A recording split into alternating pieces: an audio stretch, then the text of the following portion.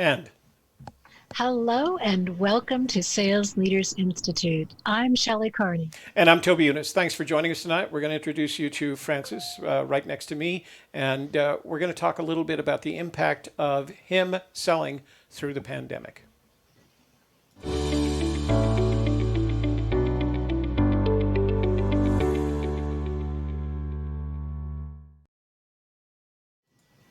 First of all, I want to take care of a little bit of housekeeping. Make sure that before you leave tonight, you like our video. YouTube likes it when you like our video. Share it with your family, your friends, your neighbors, the business associates, and the people that you care most about so that we can grow the channel. Finally, if you're not already a subscriber, please click on that subscribe button.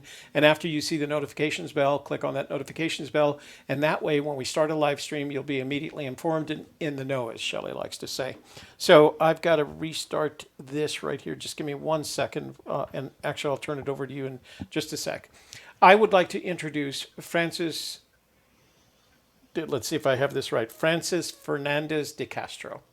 And he happens to be a close friend of ours. And when we met him, he lives and works in the Washington metropolitan area. And when we met him, he was working for the Marriott Vacation Club. And for those of you that don't know the area, Marriott's headquarters is not far from where Francis lives. The Marriott headquarters are in Bethesda, Maryland, right around what in Washington they call the Beltway. So Marriott has a great big presence there, and Francis and my daughter have been dealing with the pandemic in the Washington area. And when we decided to do this, have this conversation, Francis was still what I would call employed with the Marriott Vacation Club, but things have changed since then. So the first thing that we're going to do is I want to have Francis tell you a little bit about his background, because when I first met him and he told me about his background, I just thought it was amazing. And so I'm going to have him do that. Then we're going to talk a little bit about what's happened recently at the Marriott Vacation Club. So Francis, welcome. Thank you for joining us today. And we appreciate you taking the time. So tell our viewers a little bit about your background. Background in sales or background of me? All of let's start with you and then we'll get to sales. Okay. Well, my background's pretty easy. I was born in Washington, D.C., actually in Virginia, in GW Hospital. Grew up in Virginia, then in the district. And went to high school, middle school here in D.C. And then college, I went up to Keystone and Kane University. And then after that, well, I was in D.C. because my parents met in D.C. So I'm originally Spanish and Italian, which gives me my last name. Mm-hmm. And after college, then I decided to float around the world a little bit. I landed in Brazil, where I started my first sales gig, and from there I moved around quite steadily, and always in sales. So I guess as from my mom and father's standpoint, they were in sales as well. So I kind of just continued that lineage. So that's not unusual for there to be a sales, what I call DNA, from one generation to the next. We see some of that in our family. Tell me a little bit about your sales background. So I started off in Brazil with a cold calling job. That's the typical hard sale, very brutal work environment, very cutthroat. Kind of opened my eyes to, I guess what you could say, a world of athletes outside of sport, because that's what pretty much cold calling is. It's pretty much competing against everyone else, who's the best in the day, who's the best closer. So I grew up doing in my sales career with that, starting off by calling C-level executives, where I had to not only find the executive, but obtain their personal info in terms of cell phone number, and then pitch them. And from that, close them. So I did that starting in Brazil, grew to Miami with my own team in Brazil. Then from Miami, I built a team there. They promoted me to London, where I ran the Barcelona, Miami, and Brazilian teams. And I went from doing around 400 to 500 calls a day to doing around 100 calls a day and managing a group of around 14. Wow. And then from there, I went a completely opposite direction. I went from the hard sale to the soft sale, or I guess you could, what they call the consultative sale process, which is making a friend. Cold calling, you don't really make a friend, you're pitching a value product. Consultative sale was very different. It was a 90-minute procedure, basically very slow cycle. But I went from that cold calling to consultative sales, then right back to a quicker close. So a little hybrid between the consultative sale and the hard sale, which was where I am with Marriott Vacation Club at this time, or I guess you could say at this time, doing on courses. Shelley. So tell us a little bit about the transitional process that you had to go through between what you called the hard sale and the soft sale and then back again. What was that transition like for you personally? It was pretty tough because in the first like 5 or 6 minutes, I was always trained to ask for the sale at least 2 or 3 times by then. So it was very difficult from learning when not to sell and when to sell. So going from the hard sale, you're selling the minute you say hello, to consultative sales, you got to make them trust you. Make them trust you first and then show them the value. And then you don't even then ask for the business. You then show them the value. And at the end, you ask for the business. So the hardest was not going directly into my pitch. It was being able to take the information I needed while disarming them, getting them to trust me, and then pitching them, and then finally going into the close. So the biggest hurdle for me was getting too anxious to close, because I was always taught if you're not closing at least 6 or 7 times on a call, it's not a good call. Mm-hmm. And, the consultative process is, if you guys want to do this, this is great. But if you don't, I completely understand. Well, as a sales guy, I don't understand. So that was the hardest thing was, I feel like the consultative sales process lends you to get more business in the end because you have to love the one you're with, but the hard sale is a little bit different. So I guess that transition from going from selling to closing and not selling, that was the hardest part for me. And just letting it occur naturally. So tell us. So I feel like we're at the point where you can talk about the Marriott Vacation Club. Tell us about that. A really good company. I did not believe timeshare was a thriving industry when I first started in 2016, but it is absolutely booming. It's kind of changed from what it used to be. So the Vacation Club now incorporates a lot of the millennial travel. So it's, those short little vacations, those 2 to 3 to 4 nights getaways, extreme luxury, coupled with savings and, pitching the product, which is Marriott. So it doesn't pitch timeshare anymore. It just pitches Marriott. You're buying into Marriott. So it has revolutionized, and they've done a very good job of keeping up with the times. And it was thriving. The only difference is it's a cash product. So it's a cash company. They don't borrow money. They're never in the red. We're always in the green because we always buy every property that we own. So we don't have that funds available to sustain something that we have been going through. But it is a fantastic company. They do very, very well. We have a better stock ticker than Marriott International. We branched off in 2010. So there are 2 different companies. A lot of people don't know that. So when they associate us with Marriott International, it's not true. Mm-hmm. You can't associate us with Marriott International because we're a complete separate entity. We have our own CEO. We have our own board structure. Yes, the Marriotts do sit on our board. That's because they still own the family name. They still own a part of the company, just not enough to make as many decisions as they used to. Shelley. So what's been going on with you and your position through this coronavirus scare? So very interesting. I'm furloughed now, which is the first time in my life I've ever been fired, let go. I put furlough in the same thing as firing. It's a soft fire because they don't pay you anything. They just run your benefits. They pay for your benefits, that's kind of nice. But I never go to the doctor anyway. But it's the first time, so it's a very awkward feeling. But since I am customer facing and I don't do my own lead generation, I don't work on the phones. They did furlough every non-essential employee. So for me with Marriott now, along with a lot of my other salespeople that are on my team, we are furloughed as of the 18th. So Marriott International actually furloughed my sister hotel company 3 weeks ago.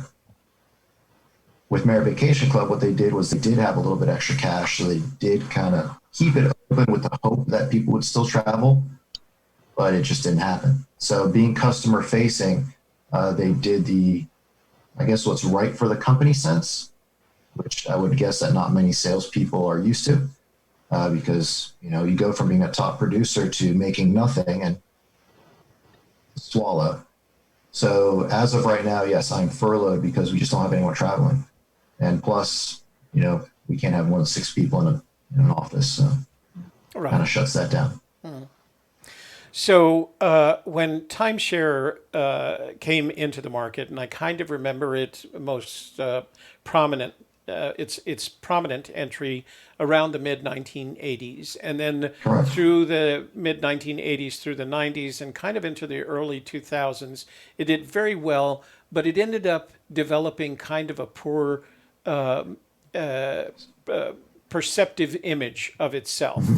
That it was a racket, that it was a way to tie up your money, et cetera, et cetera. And I remember when Marriott got into the business, when it decided to get into it, it wanted to make sure that it maintained the same level of integrity that it did with all the other products in its product line. So tell us how you deal with that, because it's got to come up in the conversations that you have with your customers. It's one of the biggest hurdles to overcome, but it's actually a pretty easy one to overcome because of the name that backs the product. So the stigma with timeshare, and it's the first thing I say when I pitch somebody is, look, timeshare is awful. It's terrible. We're not a timeshare company anymore. The stigma that you have with timeshare is, I guarantee you the horror stories you hear is because you bought a mom and pop timeshare company out, in Massanutten, let's say, which is a beautiful little resort in Virginia, but they didn't have the financial backing to run their properties. So what a company like that would happen was they ended up taking the money and they lost it. And then they couldn't replace it, so they filed bankruptcy. But what happened was the contracts were so good in timeshare, thanks to, I believe, Westgate was the initial contract king. You can't get out of them until you die. So that's also a bad stigma. So when you address that, you got to remind people that the name behind you is Marriott. It's not John and Lisa's, timeshare paradise out in West Virginia. It's something a little bit more reputable. So meaning that, one of the first things I did was we buy back all our inventory that we sell. So that was one thing that no other company going back when we started, I believe it was 1982, when Marriott came into the buying Monarch in Hilton Head, no other company backed their product by buying their inventory back. So Marriott did that. So that brings a big sigh of relief to a lot of people. And we also say that's in the contract. Marriott's also a company that's, I would say, ethically correct. So they will do everything to make their client happy because that's the ether of what the company is. It's if you please your employees, they'll please your customers, and the customers will keep coming back. And to this day, it's true. That's what they do. If something's wrong with Marriott, you call and they'll fix it. If you had a bad experience, they'll fix it. But, the experiences, you only have maybe 1 out of 20 bad experiences. That's how tiny our margin of bad experiences is. Yeah. So you just got to remind people that that's what they're getting into, and it's not timeshare anymore. You're not buying a week somewhere you're tied to it. You're not doing that anymore. It's not your mom and dad's old timeshare. It's a completely new product. And a lot of people, they see that when they've gone through the whole experience, they buy in and they look at it and they go, okay, I get that now. It's not a fixed location for a fixed number of days, and they feel more comfortable that we buy the inventory back. So that's kind of how I address it. It really doesn't get brought up too much once you address the first objection because it's going to come. Right. Yeah. Well, thank you for that. Like I said, I spent enough time in the Washington area to know Marriott's reputation from its corporate headquarters. I've done a lot of business with them.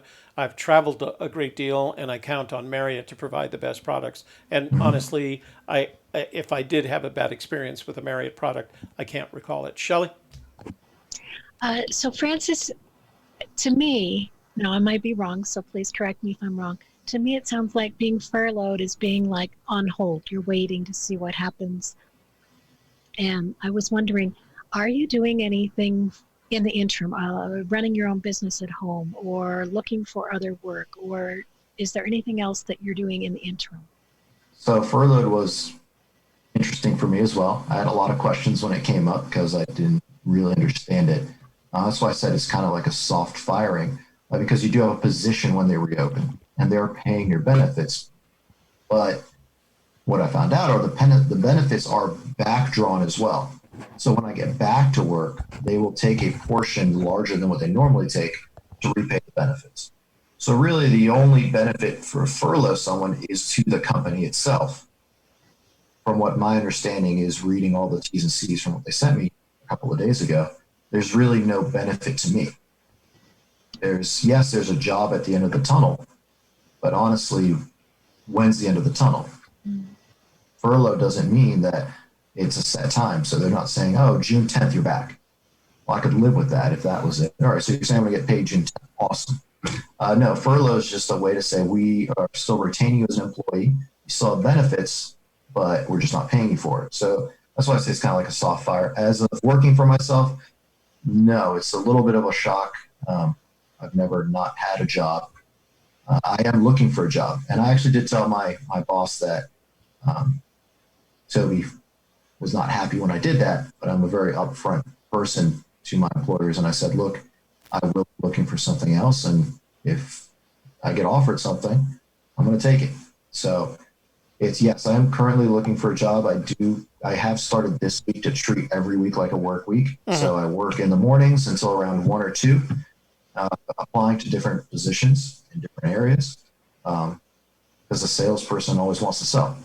And a sales job is, there's always going to be a sales job for someone who can sell. So no, I haven't really started making any outside money. I have filed for unemployment at the moment. That was a new experience. It's a lot of paperwork apparently that I didn't know that was going to happen. But so I did file for that just because the stimulus package, you get a little something extra on that. So I am applying to other jobs in the same realm of where I was. So I'm not just looking for something part-time. That just doesn't kind of appeal to me, I guess you could say. And it's time to move on. Yeah. So I guess it's kind of like a little blessing and a curse. The blessing is it gives me a chance to find something new. The curse is I'm, eating rice and beans for the rest of the next 2-3 weeks. I've seen you guys' meals. It's not rice and beans, is it? No, but I had to throw that out there. So I do want to mention that when Francis referred to Toby, he is not referring to me. He's referring to Toby, his partner, who also happens to be my daughter. So she's Toby Renee. My apologies. No need to apologize for that. I just wanted to share it with our viewers so they didn't feel like you're consulting with me in order to get things accomplished. I'm happy to hear, of course, that you're looking for options. We're advising through our consulting organization that when people call and they're concerned about the position they're in, they're doing very much the same things that you're doing. They've gone through the process of applying for unemployment benefits, and they're using this as an opportunity to seek other jobs, and there are other jobs out there that would enable you to work from home. Your previous position, like you said, is very face-to-face, but there are jobs out there that where they do require face-to-face. It can be face-to-face like we're doing today using one of the tools like Zoom or Teams or Skype. And you and I both know that my daughter, your partner, is using those tools to stay in contact with her customers. So how do you see... I'm sorry, Shelly, did you have another question after that last one, or was that... No, it's your turn. Okay. So how do you see things changing for salespeople specifically? I think there's a bigger question that sooner or later has to be answered. How is the world going to change? What is the new normal? And we may get to that. But I think what we want to do for our viewers is how is the world of sales? Do you think, let me phrase this correctly. How do you think the world of the sales professional is going to be impacted by what we're experiencing right now through this pandemic? I think that you have to answer in 2 parts. There's 2 different sales. So there's the customer facing, sales like me, car salesmen, how would you say, real estate agents. There's the sale that's, I would guess you call it a luxury good, but still a necessity. Mm-hmm. And then there's company sales. So, selling a product to a company. I think there are two different regions of sales that will be impacted in terms of the luxury good, like timeshare, car, house. People can put that on hold. So I don't feel like my industry, the hospitality industry, will rebound for at least another 6 months. Because first you have to get people out of quarantine. From that, you have to ask them to spend money to go on vacation, which that's the first thing people cut out of their budget to save money. Right. And then you have to get those people that just cut their money out of their budget to come back in. And what do? You offer them a product, you offer them a deal they can't turn down, but it takes them still another year to come in. So realistically, if you're in the customer facing side of sales, that's normally a luxury good, or what I call luxury good, meaning something that takes a little bit more dollars. That's going to take at least 6 months to a year to rebound. So that's one of the reasons why I was looking for a new position. On the other side, you have companies buying stuff. So, when I look at a friend of mine who works for Enterprise on the corporate side, there's still companies buying corporate packages to rent cars for their employees who travel for business. Mm-hmm. Why? Because companies still have to spend budget. If you don't spend that budget, you're not going to get it next year. Right. A pandemic or not a pandemic. So I feel that there's two different impacts in the sales side. There's the customer facing, which will be impacted the hardest because they're the ones that, they don't have a salary and commission. They're pretty much 80% commission and higher. They will suffer like I am. So we will suffer the biggest because you're going to come through a few months where it's your lean season. We're just, for timeshare, we're coming out of our lean season, January and February. And then March, April, May, you save up for the year to hit your slow season. But now your slow season's not 2 months, it's 6 months. And then you have, your salary workers, like your technology salesmen. Well, they're pretty heavy salary and they get commission. They can still lean on the salary, but you're still going to have companies that want to buy their products. They have to, they need it, they survive on it. So they're still going to need to buy that product. So they are going to want to spend that budget before the end of the year. So I feel like they'll be impacted a lot more short term than someone who is customer facing, like a car salesman. Oh, I need a new car. Well, this pandemic just hit. I'll wait another year, drive my old car or take the Metro. So I have a little more solvency and then I'll buy it. So for the two different sides of sales, I think it'll impact more so one side of it than the other. I happen to be on one side. Toby Renee happens to be on the other. And you can kind of just in one household see who's coming out, floating on water, Toby Renee, and who's carrying the 10-pound rock with them trying to stay afloat. So it's that's what I would say is the answer for me is for my side, customer facing, more so the luxury product. There'll be at least a 6-month rotation to start even making decent money again. When I mean decent money, that's just to recoup what you're spending, and then another year to even balance the savings in terms of from what you had before. And for the other side, which is companies selling to other companies, I feel they'll rebound faster, mainly because if I have $500,000 in the budget, I may have lost 300, but I still have 200 to spend to get it again next year. Right. So I feel like they'll be impacted in different ways. There'll still be a little moratorium period, but I feel one will have a 3-month period, the other will have a 6-month to 12-month period. I think it's interesting. Shelly, I'll be over to you in just a sec. It's interesting that I hadn't thought about what you just said by dividing it B2B, B2C, if we use B2G for government, and dividing it between, in the B2C world, between what I think of as the commodities that are mostly sold retail all the way up through a house, right? But then there's the luxuries where you qualify. There's two time frames you're going to have to overcome. One is the time frame of dealing face-to-face without everybody wearing a personal protective equipment. And the other is the time frame that's going to take place because people are not ready to buy luxury items again. It's going to take a while for people to get comfortable about making that kind of investment over and above getting comfortable with the fact that you can communicate face to face. So that's an interesting perspective. I hadn't thought about that before this. Shelley? So, Francis, what are you doing to keep your attitude up, to stay positive, to continue to move forward with your life right now? I've always been a pretty confident person, so really, I'm not I'm not too bummed by it. I think it took all of 12 hours maybe for me to kind of swallow, process, and get over it. I mean, good news is good news, bad news is bad news. You can't just sit there thinking about it because then you are going to be sad. Uh, so it's pretty much just was the next day, kind of getting up. So I started working out again. That was a big boon. Finding other stuff to do. Applying to jobs is a lot of people don't understand that. It's actually a lot of work nowadays. It is. You got to separate yourself from a lot of people. So you got to get pretty creative with your cover letter, which I've been doing, and that's creative writing. That you write it once, you read it, and you're just like, oh, this is awful. How did I write that? So you rip it up and you write a new one. I did 3 cover letters today, and it took me about 4 hours. Plus the application.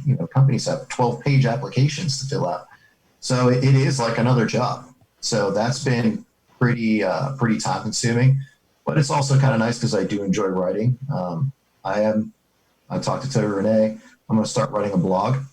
Nice. So that's going to be, I have a passion for soccer. So I'm going to have a couple of ideas I've been wanting to write for the past 2 years, which I just haven't gotten around to it.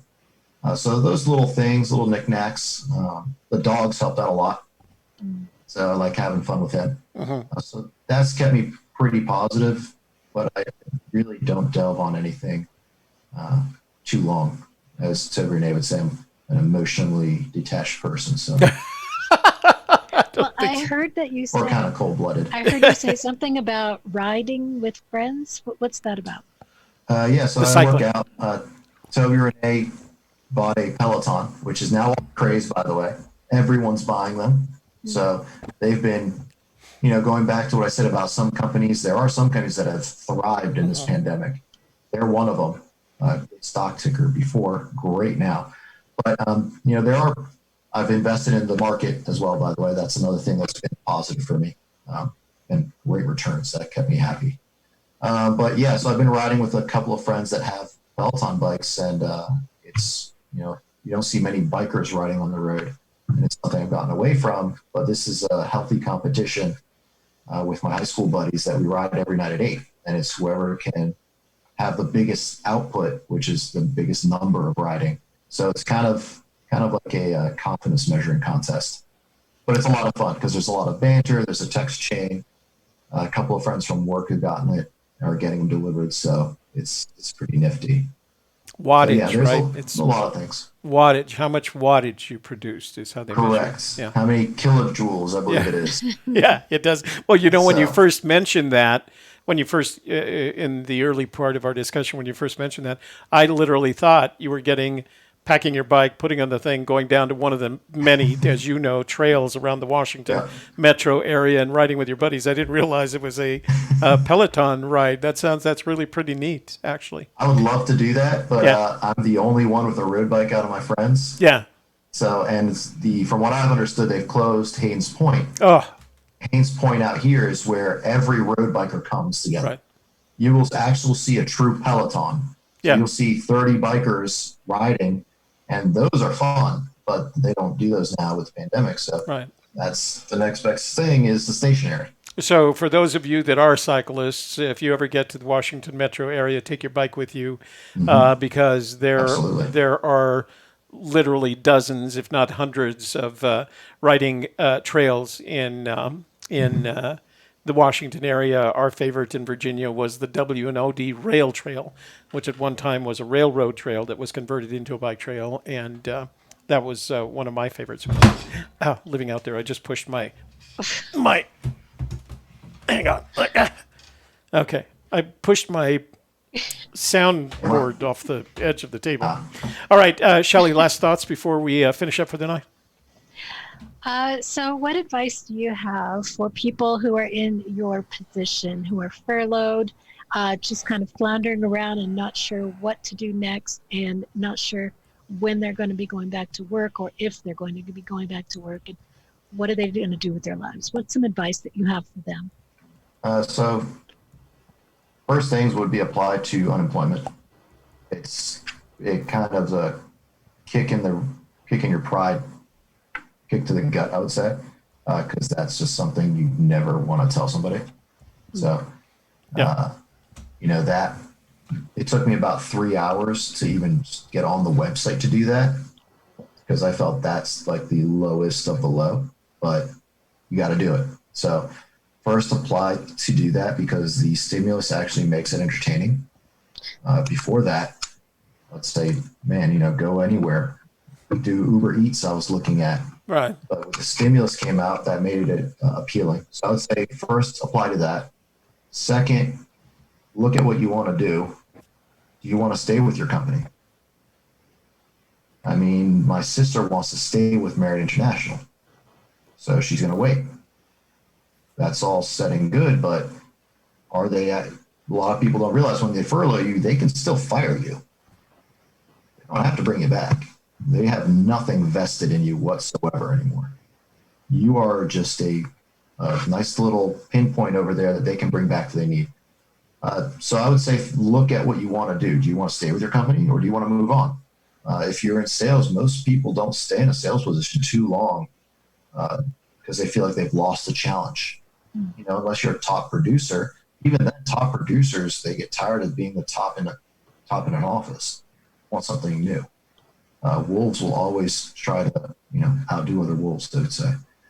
So I would say assess your situation. Where do you want to be? Do you want to be at that company or do you want to be somewhere else? Are you a good salesman?